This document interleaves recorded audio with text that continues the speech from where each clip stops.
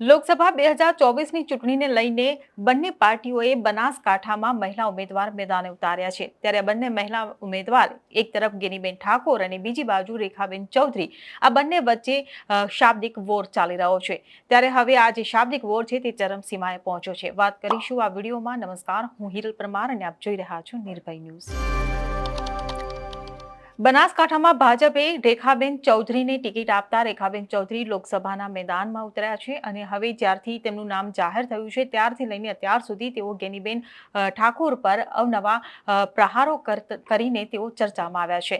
ત્યારે આ પહેલા તેમણે ઘૂંઘટ પર પ્રહાર કર્યો હતો। ગેનીબેન ઠાકોરે જે રીતે ઘૂંઘટ કાઢીને તેમની સાસરીના જે ગામમાં પ્રચાર કર્યો હતો તેને લઈને આક્ષેપ કર્યો હતો કે હું એક દિવસ માટે ઘૂંઘટ નથી કાઢતી, ત્યારે હવે ભાષાને તેમણે વચ્ચે લાવીને ગેનીબેન પર આકરા પ્રહારો કર્યા છે। તેમણે એવું કહ્યું છે કે મને હિન્દી અને ગુજરાતી અને ઇંગ્લિશ ત્રણેય ભાષા આવડે છે, માટે હું દિલ્હીમાં જઈને તમામ જે સમાજના જે પ્રશ્નો છે તેની રજૂઆત કરી શકીશ। ત્યારે રેખાબેન ચૌધરીના આક્ષેપ પર હવે ગેનીબેને પણ વળતો પ્રહાર આપ્યો છે। સાંભળો પહેલા રેખાબેન ચૌધરીએ શું આક્ષેપ કર્યો હતો અને ત્યારબાદ સાંભળીએ રેખાબેન ચૌધરીના પ્રહાર પર ગેનીબેને શું વળતો પ્રહાર કર્યો છે।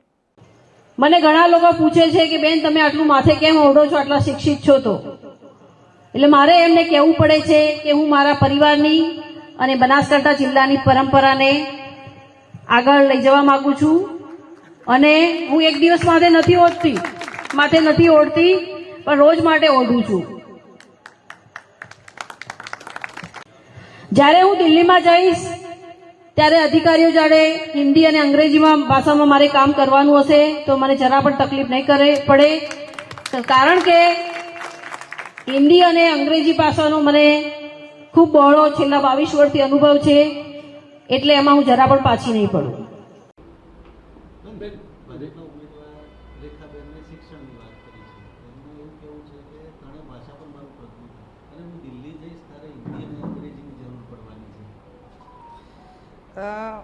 ભારતની લોકશાહીમાં અને આપણા બંધારણમાં આપણી રાષ્ટ્રીય ભાષા હિન્દી છે।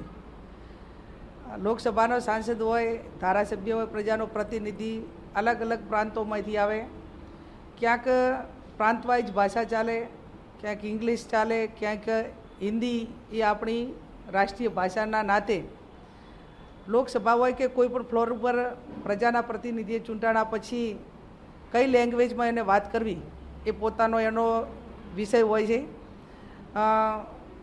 ગુજરાતમાં આપણા હાલના ગૃહમંત્રી કેટલું ભણેલા હોય, બીજા લોકસભાના સાંસદો જે છે ઉમેદવારો એ કેટલું ભણેલા છે, એ ભારતીય જનતા પાર્ટીના તમામ ઉમેદવારોનું એ નોટિફિકેશન જ્યારે બહાર પાડે ત્યારે આપણે અનેક વખત વિગતો આપણે સાંભળેલી છે।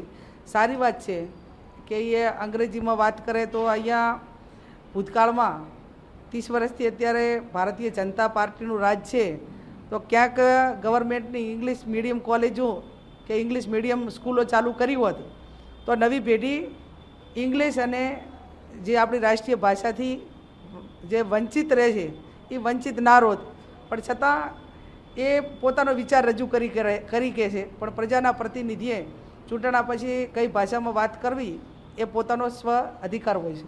એમને ક્યાંક તમારી ઉપર કટાક્ષ કર્યો છે અને તમારી સામેના હરીફ ઉમેદવાર છે, એટલે કઈ બાબતમાં મારો કટાક્ષ કર્યો હોય? દાવો કર્યો છે કે હું શિક્ષિત છું।